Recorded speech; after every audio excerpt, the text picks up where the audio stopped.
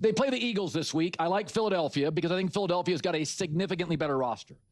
But teams that start the season 0-2, and the Chiefs are now currently 0-1, and they're going to be 0-2 because they're going to lose probably to Philadelphia.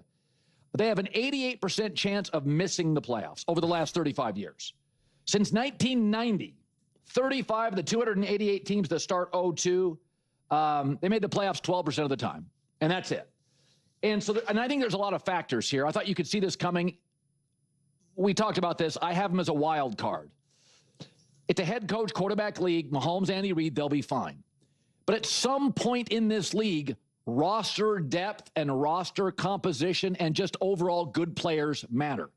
And their running back room is weak. Mahomes led them in rushing against the Chargers. He had 57 yards. And Mahomes is now behind a rebuilt offensive line and an offensive line in transition with a way below average run game. That means he's going to throw the ball 40 to 45 times a game. So, and also Kansas City no longer benefits from the dysfunction of their division. Denver played poorly and won. The Raiders did not play great, traveled 3,000 miles across the country and won. So Kansas City has not had a 1,000-yard rusher since 2017. And I think you can get away with that in a dysfunctional division, or Travis Kelce's in his prime. But now Xavier Worthy may not play. Rashee Rice is out for another, 4 to 5 weeks. And the other thing that I think has to be mentioned is that the fatigue factor. So I looked it up this morning. In the Mahomes era, Kansas City, in a sport with regulated violence, has had 7 long playoff runs in a row. Kansas City has played 1,500 more snaps than any other NFL team in the Mahomes era. And now the league is 17 games. So when you watched the Chargers and the Chiefs in Brazil, I could not be the only person that thought in the first quarter, Kansas City had no juice, like none. And the Chargers had a ton of urgency and a ton of energy. And yet the Chiefs were still in a position to win that game. That's all I got to say. And yet the Chiefs were still in a position to win that game. It's very obvious that in that game, the Chargers were undeniably the better team. They were more organized. They were healthier. They executed better. They were, without a shadow of a doubt, the better team. And yet the Chiefs still were in a position to win that game. So there is a handful of things that I really want to talk about here, because first off, the whole 0-2. Yeah. When teams start 0-2, they don't make the playoffs, blah, blah, blah, blah. It's because there's a lot of bad teams that start 0-2 and a lot of bad coach quarterback duos that start 0-2. Okay? If we've had years where Lamar Jackson, Josh Allen, Patrick Mahomes, etc., they're all starting 0-2. I promise you statistically, since we always love to bring statistics out in this part, they will make the playoffs at a much higher rate than just the general boat of teams that started 0-2. Okay, so would it be concerning? Would it be frustrating if you're a Chiefs fan? Absolutely. And the problem with them is that the 0-2 start kind of then compounds a little bit because Rashee Rice is not playing. So there it's like harder for you to be like, we got to get Rashid going now in game 3 or something, like, you know, you don't have that. And Xavier Worthy, like you just don't, I don't 100% know when he's officially going to be playing or when he is playing. How does he feel, how much they can rely on him and all that. So like those are obvious just question marks that you kind of have to navigate and deal with.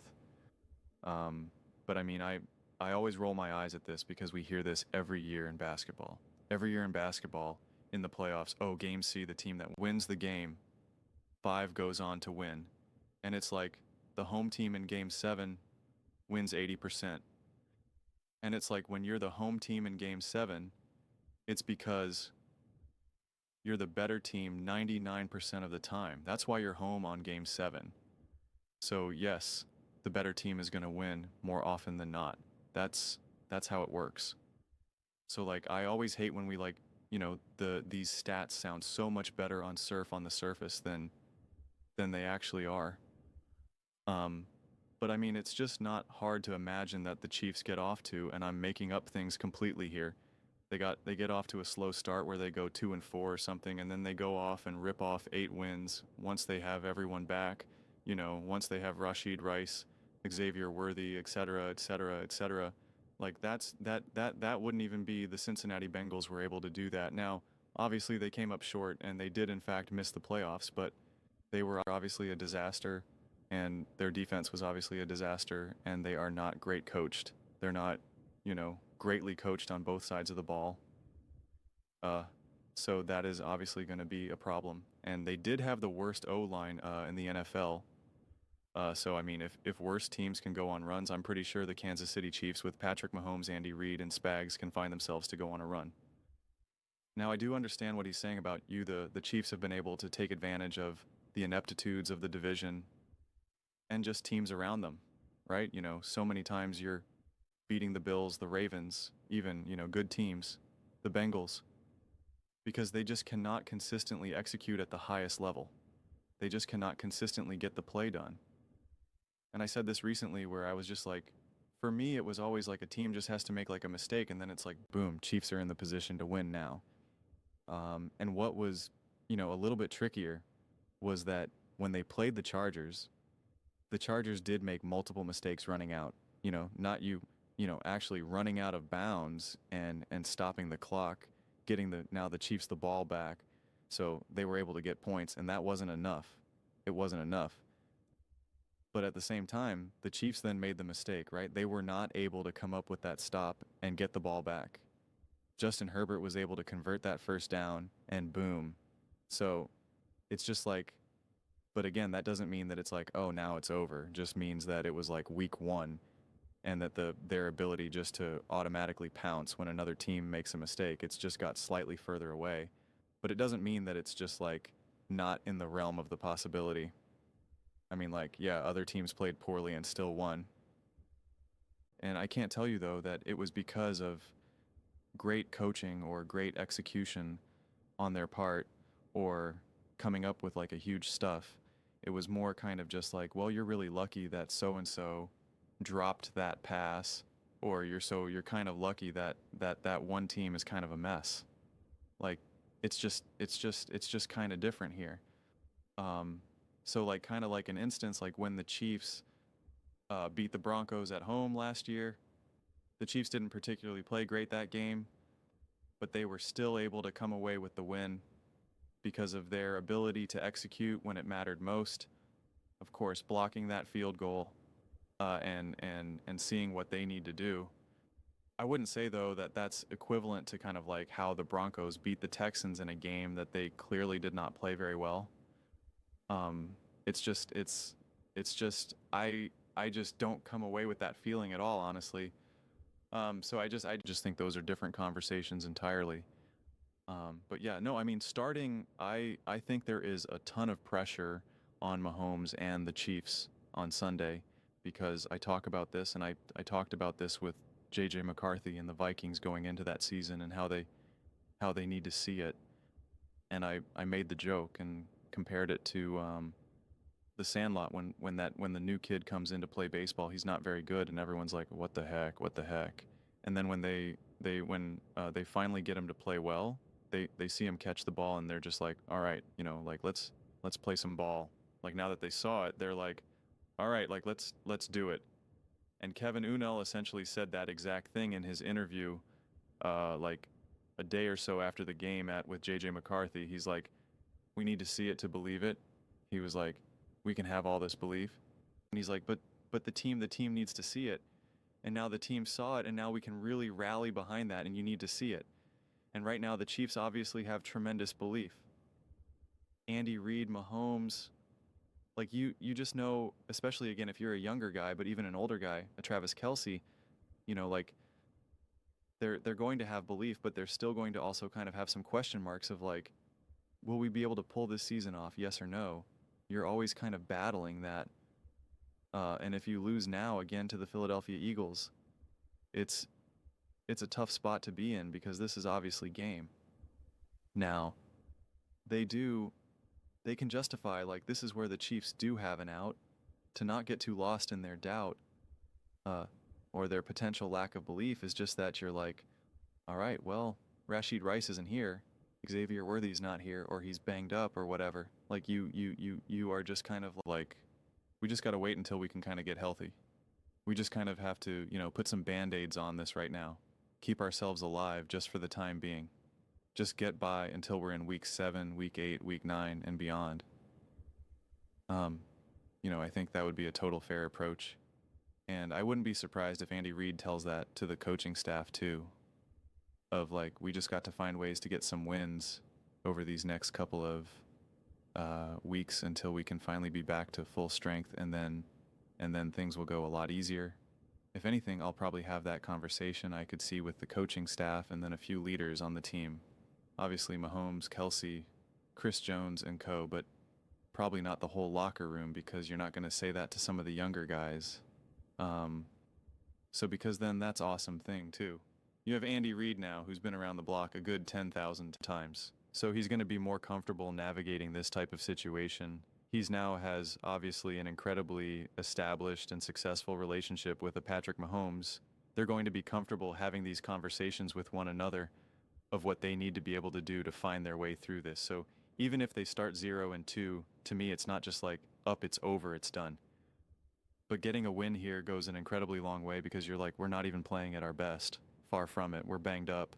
We had a rough loss in Brazil, and now we just beat the reigning, Super Bowl champions, who obviously dominated us and quite frankly humiliated us, as Mahomes would admit in the Super Bowl, right? Who robbed us of our historic 3 repeat, and we were able to find a way to win. And the truth is that, like, the Chiefs should still be able to find, like, I don't think any team right now is a juggernaut. It's week 2. I think it's hard for any team to really be a juggernaut, because I don't think any team is really playing their best ball right now. And if the Dallas Cowboys were in a position to potentially beat the Eagles at home week 1, certainly the Kansas City Chiefs can be in a position to beat the Philadelphia Eagles. Like, that is obviously on again. If Dak Prescott can find a way to almost beat the Eagles, then certainly the Chiefs can. And the Eagles are still figuring out their offense and their defense. Quite frankly, they got a lot of new faces on defense. They have a new offensive coordinator for the Eagles as well right now, so they're going to figure that stuff out right now. I have no idea what type of pressure or stress their new offensive coordinator is going to feel against the Chiefs. He's going to be like, man, I saw what Kellen Moore did last year and we were able to just do whatever we wanted. Like, I got to be able to have that repeat otherwise, like there's going to be pressure on the coach, and you don't know how he's going to handle that. I don't know what type of decision Spags will be able to do to exploit that offensive coordinator and, for the Eagles right now, Kevin Poulo. Like, it's just different right now. So, like, I think there's legitimate question marks that can potentially be exploited here. Now, it could just be that the Eagles roster is great and Kevin Patullo actually is very grounded and organized and is starting the beginning of his long offensive career in the NFL, right? No idea. But I mean, it's still clearly in the realm of the possibility. And until Xavier Worthy got, injured, I think the Chiefs were favored to win this game. They were the one that were getting, they were favored, and now the Eagles are favored, but it's still only 1.5. So it's still obviously in balance right now. It's essentially a coin flip. So I think it's clearly a winnable game. But I think if the Eagles win pretty convincingly and really comfortably, where it's just kind of like a moment when like the Chiefs like really don't necessarily have a chance to come back, that definitely hurts them.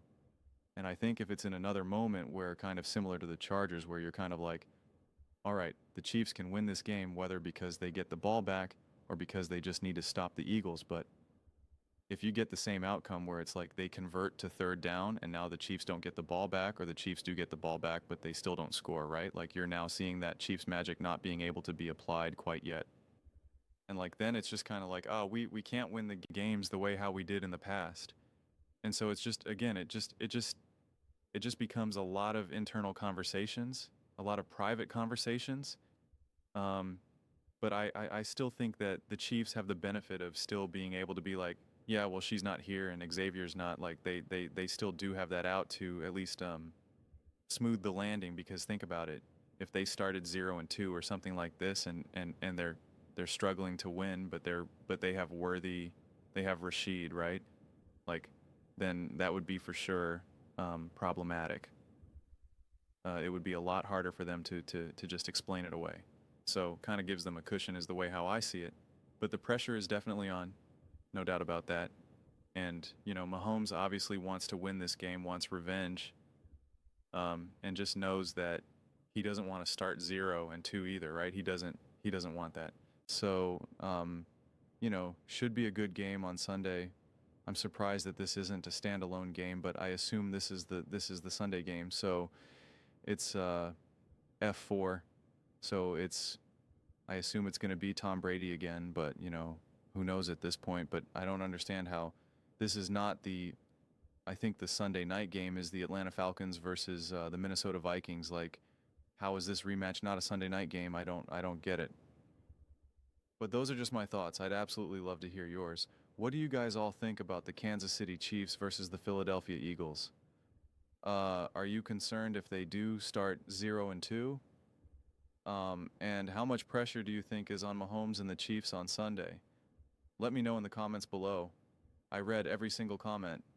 So, you agree with me or disagree with me? Either way, let's get in some discussions. Let's get in some fights. But ultimately, let's just have some fun. And please do consider subscribing. We are building an amazing community here, and absolutely love to see you part of it. I want to build something that we all generally feel connected to, something that we're really excited to be part of. I think we're well on our way to doing it. And please don't forget to give this video a thumbs up, as it really does help the visibility and the algorithm. Thank you so much. See you next time.